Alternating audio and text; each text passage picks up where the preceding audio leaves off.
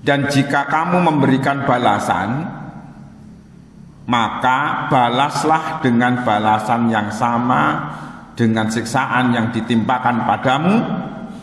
Akan tetapi jika kamu bersabar, sesungguhnya itulah yang lebih baik bagi orang yang bersabar.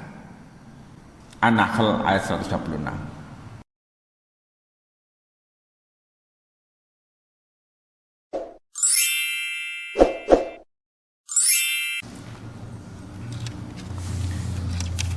Bismillahirrahmanirrahim.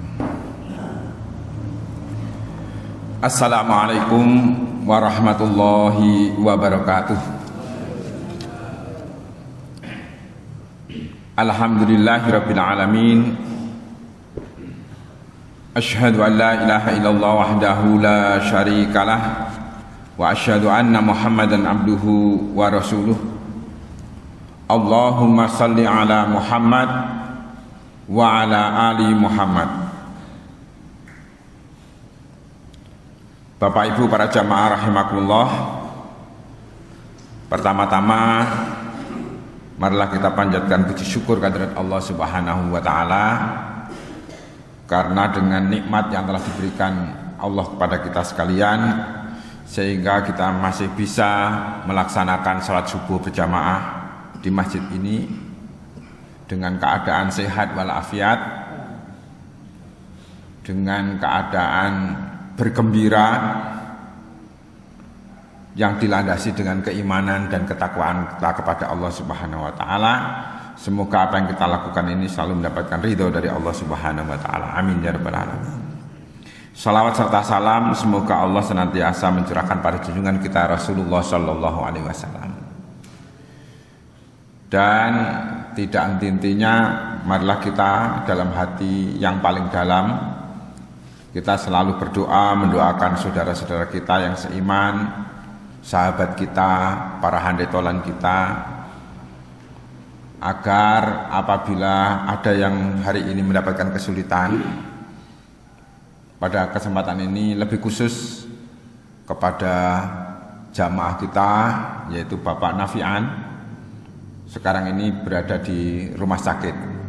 Oleh karena itu semoga diberi kesembuhan dan keringanan, diringankan oleh Allah, sehingga bisa kembali berkumpul dengan kita bersama-sama. Amin ya rabbal alamin. Bapak Ibu yang saya hormati, pada kesempatan ini kita akan mencoba merefreshing kembali bagaimana cara kita menghindari perasaan dendam. Ini salah satu di antara penyakit hati yang seringkali juga hinggap pada diri seseorang. Di dalam surat An-Nahl ayat 126 itu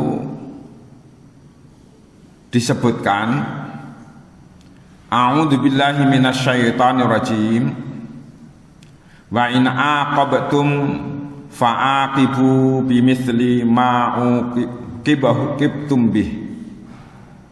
Wala in syabartum lawa khabrun lisyabirin. Dan jika kamu memberikan balasan, maka balaslah dengan balasan yang sama dengan siksaan yang ditimpakan padamu. Akan tetapi jika kamu bersabar, sesungguhnya itulah yang lebih baik bagi orang yang bersabar. An-Nahl ayat 126.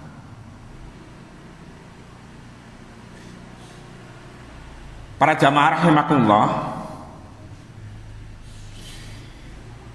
rasa dendam merupakan suatu kondisi di mana kita menginginkan orang lain yang melakukan kesalahan terhadap diri kita menerima balasan atau konsekuensi dari kesalahannya. Secara definitif disampaikan, dendam itu adalah rasa marah dalam diri seseorang yang sangat kuat dan disertai dengan keinginan kuat untuk membalas atau menyakiti orang lain. Ya. Para jamaah rahimakumullah, dampak rasa dendam itu secara negatif itu mendapatkan dosa dari Allah Subhanahu wa taala, hati manusia itu senantiasa akan merasa gelisah, hidupnya sulit untuk tenang, diliputi dengan pikiran dan prasangka buruk, sehingga sulit melihat kebenaran. Ya. Ini akan memperlemah iman kita dan bisa jauh dari rahmat Allah. Karena perasaan dendam itu memiliki dampak yang sangat buruk sekali, maka perlu kita semuanya sebagai seorang muslim itu semaksimal mungkin harus menghindari, ya, harus menghindari, ya. Nah, Bapak Ibu rahimakumullah, bagaimana supaya kita menghindari rasa dendam itu? Karena seringkali kan dalam interaksi itu terjadi permasalahan dan bahkan terjadi percekcokan dan sebagainya. Ya, yang pertama saya mencoba menginventarisir itu ada 3. Yang pertama adalah bagaimana kita bisa menegakkan sikap pemaaf atau memaafkan. Ya. Jadi hendaknya seorang muslim itu menjadi seorang pemaaf. Nah, sikap pemaaf ini merupakan tindakan yang mulia karena sebagai bentuk menahan nafsu. Ya. Jadi nafsu kita itu kita tahan, jangan sampai mengembara kemana-mana. Dan Allah menjanjikan pahala atas maafnya itu. Dalam surat Asy-Syura ayat 40 itu disebutkan, dan balasan suatu kejahatan adalah kejahatan yang setimpal. Sebenarnya boleh kita membalas kejahatan itu dengan kejahatan yang setimpal, tidak boleh lebih, ya. Tetapi barang siapa memaafkan dan berbuat baik kepada yang berbuat jahat, maka pahalanya dari Allah. Sungguh Allah tidak menyukai orang-orang yang zalim.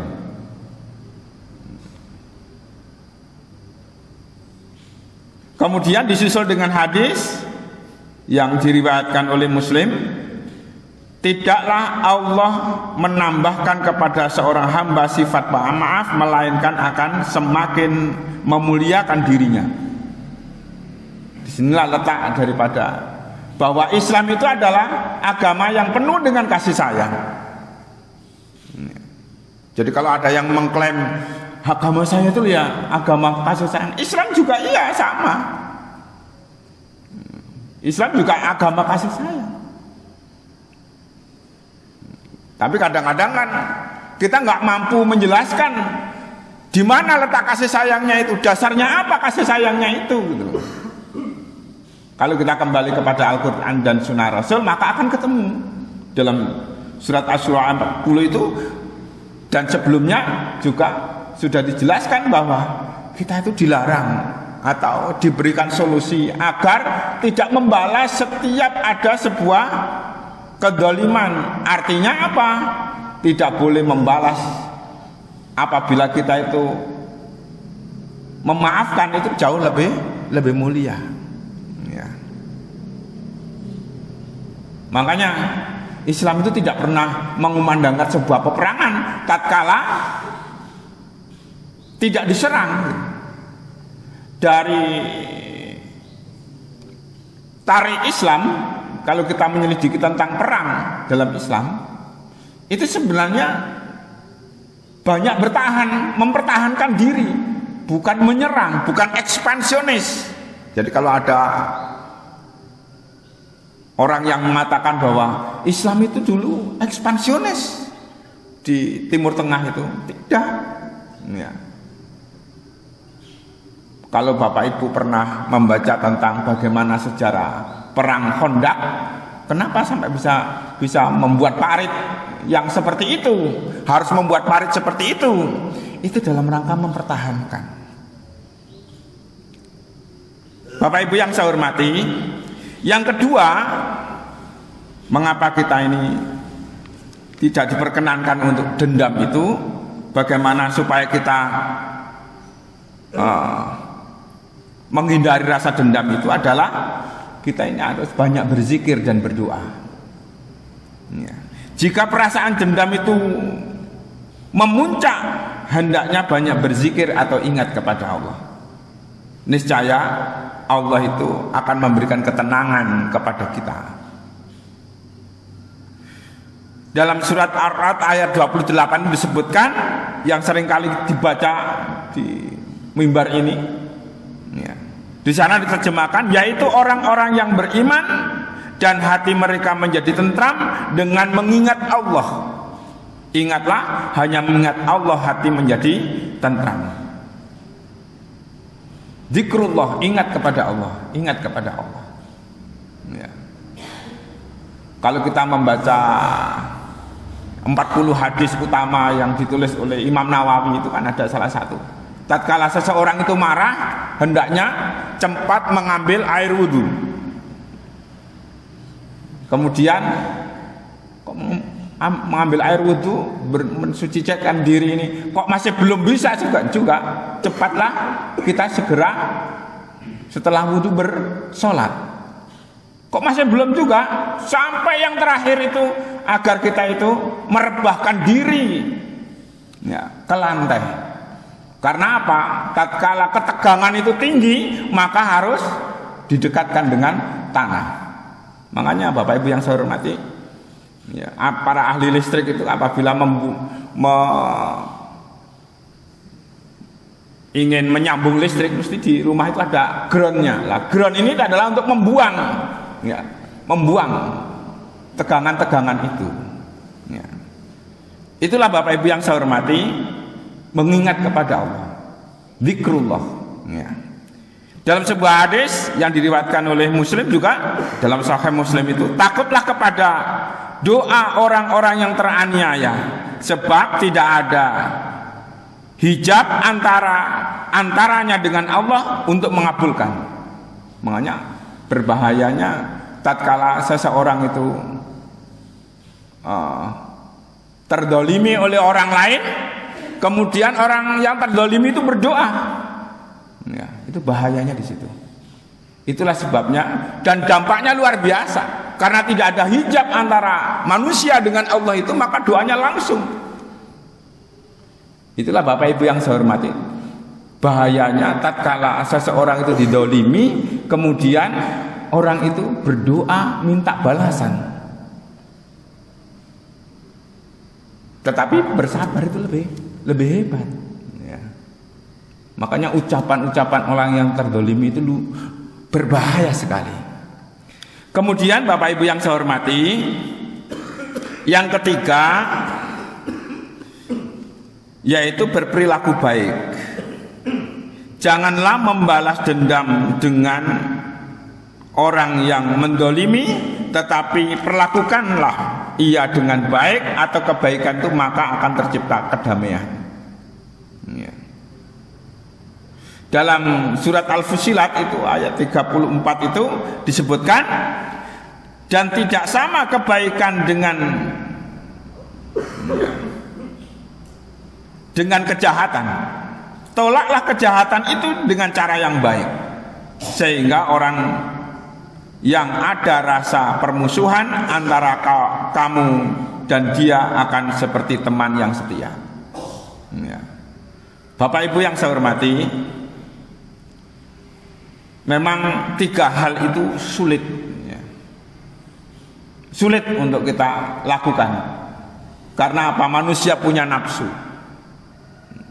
Tetapi nafsu ini harus kita bingkai, gitu loh. Ya, harus kita bingkai. Seringkali kan dalam berinteraksi itu kan terjadi benturan-benturan. Nah, tatkala terjadi benturan-benturan itu, kita harus cepat sadar kembali kepada Allah Subhanahu wa taala. Ya.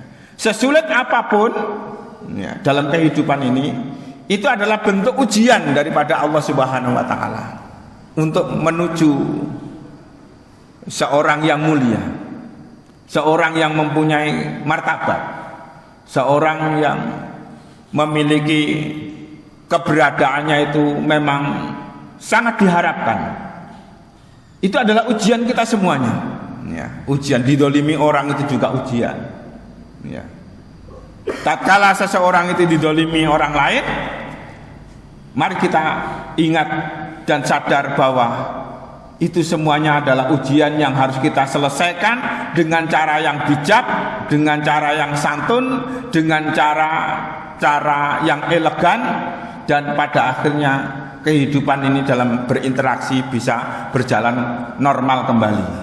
Ya, memang ya manusia itu mempunyai tujuan yang sama. Tatkala berebut pada tujuan yang sama itu secara naluriah, maka di sana sini ada terjadi gesekan-gesekan antara satu dengan yang lain.